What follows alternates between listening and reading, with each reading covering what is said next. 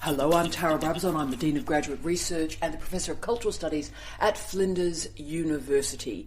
And it's my pleasure to present a podcast this week, really important one, with the other Professor of Cultural Studies, Professor Steve Redhead. And I really wanted to log an important historical, legal, social moment this week. Steve and I have had a long-term interest in Hillsborough and the injustice of Hillsborough. We've recorded podcasts on it and vodcasts on it in the past. It matters a great deal to us, and in many ways the scar of this appalling event still punctuates the northwest of England as it should. It still punctuates the international football community. It is a weeping scar. But something important happened this week, and that's why I wanted to return to Hillsborough once more in an endless chant for justice for the 96. And Steve, for people that have been under a rock for about 2 decades or so, when I say the word Hillsborough, it's obviously a stadium in Yorkshire, but what else is it? Yes, it's now over 28 years since the Hillsborough disaster. It was April 1989, and there was a FA Cup semi-final being played at Hillsborough, which was the neutral ground, between Liverpool and Nottingham Forest. And in the Leppings Lane end of the stadium, which was a standing stadium at that time, more Liverpool fans than could be contained went into that end, and it was basically pens. Yeah. They were pens, and they were basically fans were kept within those pens by huge fences, which were impossible to scale, and that caused the disaster. The disaster was caused by the police allowing the gates to be opened and too many people to go into a particular pen behind the goal on the Leppings Lane end. And actually, the other thing was that the police at that time always thought of crowd invasions of the pitch, which is what people tried to do when they were crushed in this part of the ground, was always seen as hooliganism. Yeah. And the police reactions to that basically meant that people died. There was a great deal of heroism amongst the police, but also a great many mistakes. And this week, 28 plus years after that disaster, you've actually had charges against the people who are responsible for that. David Duckenfield, who was the chief superintendent on the day, Norm Bedison, who was the assistant Chief Constable of South Yorkshire at that time, went on to be Chief Constable of Merseyside and West Yorkshire later on, and others. So 6 people have actually been charged. In the case of Duckenfield, you're talking about 95 manslaughter charges. So 28 plus years after the disaster, what should have happened at the time has now happened legally. And what do we learn about the treatment of Liverpool supporters and indeed the city of Liverpool through what has occurred through those nearly 3 decades now? What do we learn about the northwest of England? I'm thinking particularly it was the height of Thatcherism at that juncture, post the miners' strike. Yes, it was. So can we paint a picture a little bit more about the context around the very summoning of the city of Liverpool, let alone the football team at that time? Yeah, and I think people have written this out of history, but actually Britain was essentially in a civil war situation in the 1980s. The 1984-5 miners' strike, which was one of the most divisive industrial and political strikes of all time, which the miners lost to Thatcher, was actually still reverberating in April 1989. Nottingham Forest came from Nottinghamshire. Nottinghamshire was a region which, in fact, didn't join the strike. Right. So they were seen as scabs at the time. Yep. And Merseyside particularly, Lancashire in particular, had a very strong political tradition. And militant at that time. Militant, yes, that's right. But also, that's never really talked about in the context of Hillsborough. And you had, in the miners' strike, the same police force, South Yorkshire, were responsible for the Orgreave debacle, which was a police versus miners battle, a real battle. And again, that's never really been properly excavated politically. So you've got a lot of that kind of context. And indeed, in the 1980s, people representing, if you like, their football team saw themselves as part of regions which were part of this civil war that I'm talking about. So I think that refraction of politics through football culture is a very important part of that history. My book, Sing When You're Winning, which was published at the time, was about that. It was less about football culture and about the politics of this civil war, which in some ways still has resonance, the way that people are treated, say, in the Grenfell disaster, which has just happened in London. It's still part of that divided society based on class and politics in the UK. And look, we're going to come back to Grenfell in a second, and also if I can just repeat that for podcast listeners, Steve's first book actually was called Sing When You're Winning, so yes, Robbie Williams did nick that title off Steve. And what year was that, Steve? It came out in 1987. The publisher went bust twice.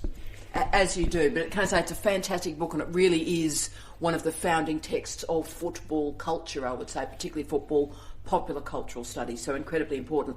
But Steve, I want to return to South Yorkshire Police, yes, if I can, because policing, you're very interested in it, I'm very interested in it, I'm an Althusserian, so I'm terribly interested in policing, but a lot went wrong. Obviously the charges have been enacted this week, and we'll talk about why that's happened, but what occurred in the, let's say, 24-48 week after Hillsborough that told us a lot about South Yorkshire police and policing culture? Yes, I mean, what's been uncovered since by great academics like Phil Scraton and great journalists like David Kahn. And can I say a big hello to Phil? You are a legend, absolutely, Phil. And the nothing would have happened without these people, by the way. And they've been very much part of that movement for 28 years. And I think what happened in South Yorkshire particularly could have happened in any police force at that time, that there was a cover-up, and basically when they brought in the West Midlands police, there was a double cover-up, and what Phil Scraton was able to unravel was the corruption within police forces at that time, which allowed evidence to be rewritten. And if that hadn't happened, the whole 28 years wouldn't have happened. But it's quite interesting because I worked for Greater Manchester Police as an academic at that time, and I was called in to Sedgley Park in Manchester for seminars to match commanders, police match commanders, after the Hillsborough disaster, to show them that you couldn't any longer treat football fans as part of football hooliganism, because what you would get is 96 people dying. So if you were going to shove people back into the cages, which is what they were at that time, you would actually cause more disasters. And it's quite interesting, the politics of that was interesting. I was an academic who was nationally known for that work, but it was a real struggle to get that kind of discourse accepted. And I did a lot of watching of police match commanders in their everyday work, at games, and a lot of the police that they were commanding. And it seemed to me, particularly in the 1980s, that was an embedded ideology, that football fans were football hooligans, or potential football hooligans, and that contributed, the South Yorkshire police view of that, at Hillsborough and afterwards, contributed to the 96 deaths. And the impact of that, and if I can just summon Phil's great work, what created the change 20 years later, in his great book, Hillsborough, The Truth. That's right. Was he got a box file, which started the study. He got a box file from a junior policeman from at another the time, policeman, yes, that's right. And it showed his original handwritten testimony, and then how that was retyped and changed, and then retyped and edited again. That's right. So there were 3 versions. And it had nothing to do with that junior policeman. No, South Yorkshire Police and West Midlands Police were involved in those corruptions. So it was a great example of no new evidence was required. So the new evidence was actually that the old evidence had been changed. So there wasn't any empirical data that Phil gained. There wasn't questionnaires or anything. No. It was unobtrusive research methods. It was. Where a gentleman sat down at a desk and went through iterations of paperwork and proved corruption. Yeah. So it was remarkable and showed a profoundly problematic policing organisational culture. Yes, which came, as I say, from that ideology that, football fans were working class people who were basically scum in the discourse of the time. They were seen to be that. And that's why, the disaster actually happened. And it's taken decades since for different sorts of ideologies to be developed within policing. Yeah, and of course we should really mention the impact of the Sun at the time. Oh, absolutely. Which is just about banned on Merseyside by the citizens themselves. Well, that's right. You go to Liverpool and you just do not see the Sun because they treated Liverpool supporters as animals. Yeah, they blamed them for the disaster, which was the interesting thing is that now that's been completely overturned. And saying the unsayable, like, stealing from the dead and so forth. Yeah, urinating on the dead. It was absolutely stunning. So let's return to what happened this week, because we've now got the head of South Yorkshire Police that is under, and correct me please, oh lawyer to the stars, manslaughter charges. Well, David Duckerfield, who was the chief superintendent at the time, who'd never policed football matches before, didn't know anything about football, he is under charge now of 95 manslaughter charges. Wow. That's right. And as I say, the Norm Beddison, who was involved in South Yorkshire Police at the time, he's also been charged, and 4 other people, including the Sheffield Wednesday football secretary. So you've actually got legal charges coming after the second inquest. The second inquest, which finished last year, which basically said these people were unlawfully killed, took 2 years. And as I say, it's now 28 years plus since the Hillsborough disaster. And in that wonderful documentary that we saw from EPSN this week, well worth watching. Phil, and we do recommend it, it's a wonderful documentary. Phil is in that, and can I say it's a great public intellectual role that he holds in that. Yeah. And the only point he got upset was actually remembering all the people that have died waiting for justice, waiting through these decades, within the families, who have actually just through melancholy, through the death of their relations, they just simply lost the will to live and died, or indeed enhanced that by committing suicide. That's right, and that's why we mentioned the Grenfell Tower disaster in London, which has only just happened. Another huge disaster. But one of the things that people like David Conn, who's been a major journalist on the Hillsborough issue, has said is that there are similar legal issues relating Hillsborough and Grenfell, and that we don't want 28 years later to still be asking for justice for the Grenfell people. Basically, we have to learn lessons of Hillsborough now. Yeah, and I mean, this is class warfare.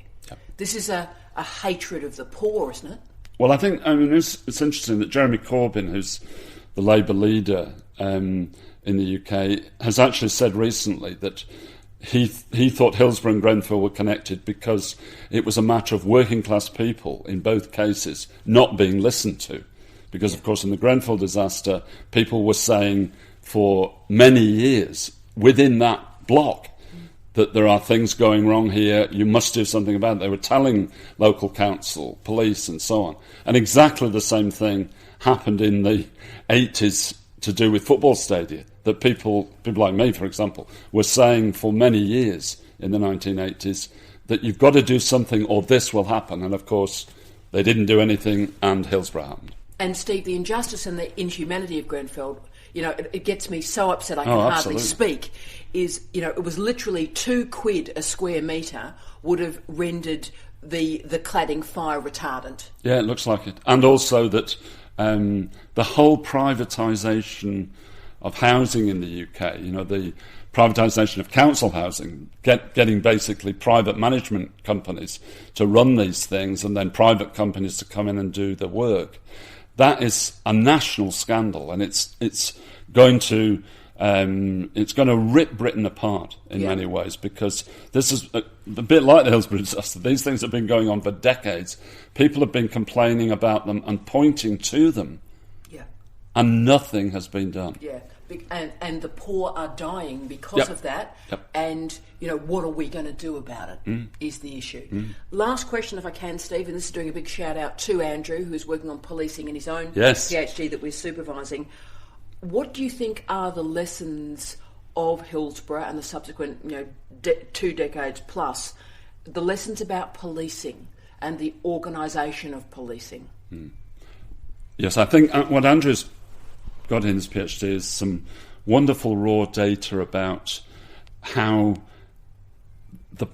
police work creates stress and what you do about that. Yeah. He's got incredible raw data about it. And it's also true that if you look at the constables at Hillsborough, a lot of them had huge stress, all sorts of problems in their lives as a result of what they witnessed that day, in fact. So I think the idea of police work is a very important one. The sociology of police work, and Andrew's work is squarely within that.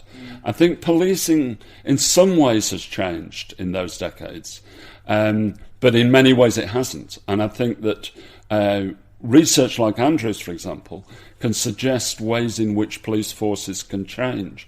It took a Hillsborough event to change a lot of the policing in Britain. What you don't want is another event like that, say in Australia, for police forces in Australia to change.